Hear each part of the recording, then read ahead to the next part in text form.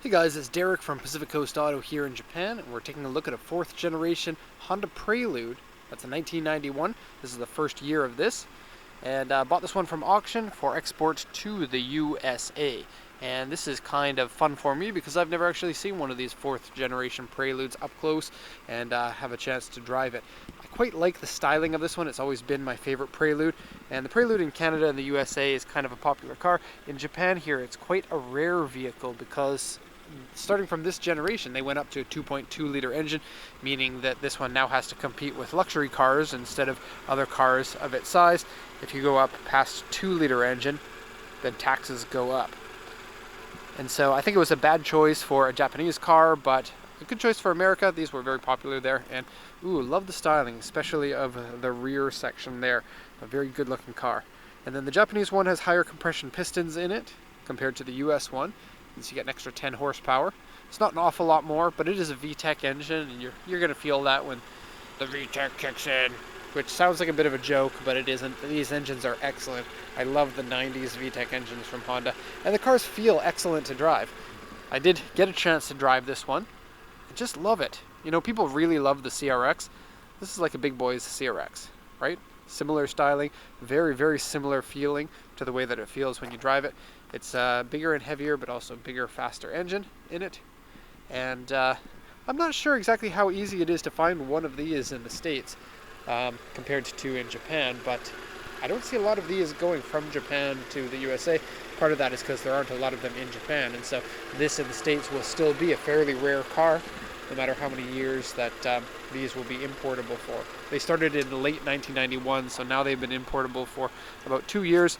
This is our first one that we've sold, so kind of interesting thing. This one has a body kit on it, side skirts, rear bumper, wheels, suspension, and various other small modifications. Nothing really that major. The engine is an H22A, 200 horsepower. 200 PS.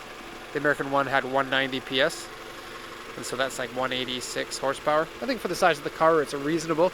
And Hondas just feel better than other cars, to be honest, when you drive them, especially if you've owned Hondas before and you feel comfortable with them. There's really nothing else that feels just like it, and so they're very nice. Check the coolant. You can see a little bit of green there because it came out when I checked it, and coolant's all in really nice shape. Oil is also in good shape, and the engine pulls nicely when you drive it. And then the VTEC, I'm not sure exactly when it comes in because I didn't want to rev the beans out of it, but didn't check the VTEC. As far as I've seen, it's very rare for a Honda VTEC engine to not work in the VTEC, at least the ones that I've driven. And so don't think that that's going to be a big problem. It is a pretty simple system. Gonna lower the hood here. Oh, strut tower bar. Give you a little bit extra handling. And this one here is a thermometer or a temperature sender for a gauge inside, but there is no gauge inside anymore, so it just has the sender, and I guess you could wire it up if you wanted to. Okay, I'm going to lower the hood here. Come on. It feels like it's not going to lower, so I'm going to go play with the little thing in here. I'm going to show you the interior in more details later, but I love the interior of this car. Well, I'll play with it more after. There we go. Just got to give it a drop. Okay, so looks-wise, the red and gold is a very nice look. Okay, so I'm going to read over the auction inspection sheet to show you the condition of it. This one, obviously, like most of our cars, is bought from auction on the behalf of the customers. They pick the cars, and so this is the information sheet given on the car. So I'm going to translate this quickly. It's a 1991 Prelude, and then you have to be careful. BB4 is the high horsepower one. They come in a bunch of different powers. This is the one that's the 200 horsepower, or 200 PS, pardon me. And then BB8 is the same thing with the four-wheel steering. This one doesn't have the four-wheel steering. It has the rear-wheel steering, which means less things to go wrong, and probably a little bit better feeling, I think. I'm not entirely sure, though. I haven't driven one with four-wheel steering, but to me, four-wheel steering of this era always felt a little bit weird. This is an auction grade 3.5 interior B, 2200cc engine. 101, 315 kilometers on it. So mechanically, I think this car is really good. Aesthetically, it's kind of weak, and I'll show you here in this diagram and then show you the body. Comes with original 5-speed automatic AC. I'd be interested to know if the US one was manual AC or auto AC. Most cars in Japan of this era were all automatic AC by now. Sunroof, again, not too sure how popular the sunroof is on these. I don't know this car very well, so pardon me on that. Power steering, power windows, original red paint, and it's a burgundy red, which I think is quite nice. Momo steering wheels aftermarket, and then aftermarket wheels on the car. And then here's the report from the auction inspector. So the audio has been removed, seat has wear and scratch. It's actually really good, but oddly it has 2 different color seats, including the rear seats. And I could be sticking my foot in my mouth saying this, but I don't think that they ever came originally with 2 different color seats. Although I quite like the way that it looks, which is really strange. Wheels scratched. Tail lenses are aftermarket. Aftermarket suspension. Rear wiper has been removed. I don't know why cars like this, for one, come with a rear wiper, but why people insist on removing them, because it's kind of a popular thing to get rid of the rear wiper. And the roof molding is peeling. I'll show you that now. Looks like somebody put a piece of tape on top here, and then it's peeling. So that tape doesn't look like it's original. I don't know why they put that on there. So you can probably peel that tape off, and then you might have to repaint it if it has some damage due to the tape. Now, looking at the body here, I'm going to zoom in. So you can see a lot of marks on here, and a lot of them are pretty heavy. So W3 you see here and over here, and this line shows the entire left side. W3 means the worst quality paint, super poor quality paint, and it kind of looks like spray paint on this with a lot of drip marks. This is a big issue with this car. Besides that, side skirt is pretty rough here, and then there's a UA3, which is the largest dent slash scratch along the side of the car there. There's also UA3 over here, which is another damage on it, and then this side skirt is bad. This side's actually really nice, but this side skirt is bad, and this side skirt is bad, and this side is pretty bad in general. The rest of the car, good, so you're going to need to repair that, as in needs to be repainted. I'm going to do the once around, and then I'm going to go to the details on how bad it is there. When I go from this this distance, you probably won't be able to see most of the damage, and so I'm going to go and come again closer on the next round around. I think that the wheel size being 17 is suitable for the car. I don't know the brand of the wheels, but I quite like them. They're very 1990s looking, which I think is a good thing. I'm not a big fan of the taillights. I don't mind aftermarket taillights. It depends on which type it is, but I don't really care for these ones. I like the black look, but if you look inside, it's fake carbon fiber, which I'm not a huge fan of. And then they look a little bit cheap, and looks like this one may have had sealing problems because there's some extra sealant on it. Okay, stock exhaust, which is kind of weird, but it's not going to sound very annoying. Hondas, I don't know why, but Hondas in America tend to have an annoying sound. When I see them here in Japan, they don't seem to be that annoying. Maybe it's just because I'm in Japan and I'm being a fanboy of Japan, going, everything's better in Japan. If that's the case, and I don't blame you because things are better in Japan. Cars were, for sure. Like the Japanese one's got the best version of everything, the best version of the Prelude, best version of the CRX. Okay, so you can see it is a very 90s looking body kit on there. We have angry eyes. Now typically the Prelude would have like a vent here that goes into the engine room, but these headlight pieces remove that vent. I like them. Front bumper. Here you can see the W3.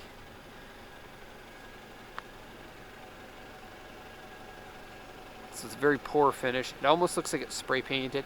I said before in the other video, I'm not sure if it has been spray painted. It kind of looks like it has. This part here is cracked.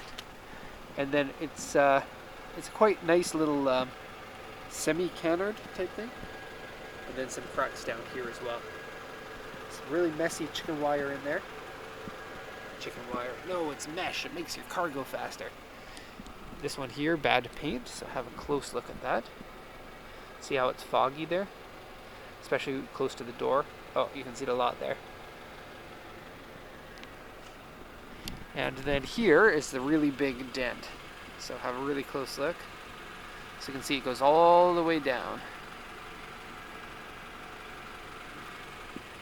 Okay, now side skirts used to be black, and they have a few areas where you can still see the black. And this is the same on the other side. Now the other side has a, oh, we got a little bit more damage here. I'm just going to show you before we get down. You see there and there, and then here's the AU3. It goes from here to here. Have a look at that. See there? To over there. And then you can also see some paint drips in this section. Okay, rear bumper. Damage there. And then the same thing as the side skirts. This bottom lip, which is a little bit loose, also has some black paint showing through. And then I'll show you the loose part. It needs to be stuck on there better. Some scratch in the rear bumper there, and a dent. And then side skirt over here. Same thing with the black paint coming through, and then the crack on the side skirt is right here. Okay, and I'll show you what this side looks like as well. This side has the nice paint, and one of my favorite styling things of this car is how the fender comes down but then comes way out here for the wheels, so it kind of has the look of a stretched out body, kind of RX-7 style, and then pinched into the back. I think that is particularly good looking.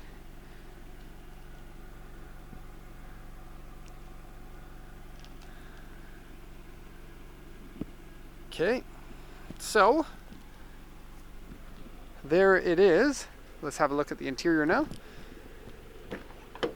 Doors have rusty dots on them. Okay, so very Grand Touring like in here. It seemed like Honda may have been going for supermarket with a little bit down market from the Supra, because it looks like it's they spent a lot of time trying to get this right, giving it bespoke pieces, and I quite like it for that. It's good looking. It's kind of Mazda Cosmo looking in here. Seats, they're both original seats, but one of them is dark and one of them is light. This is the perfect car for interracial relationships.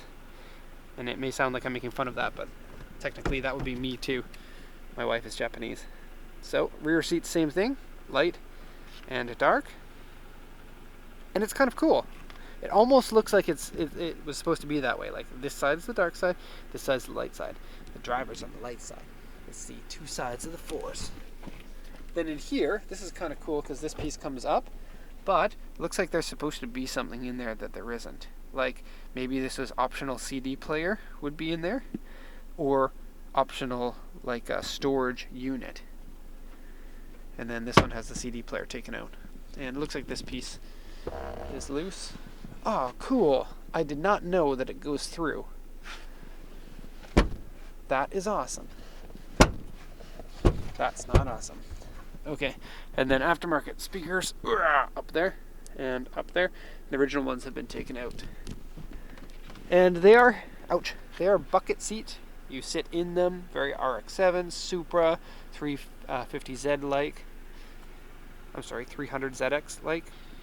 It's nice.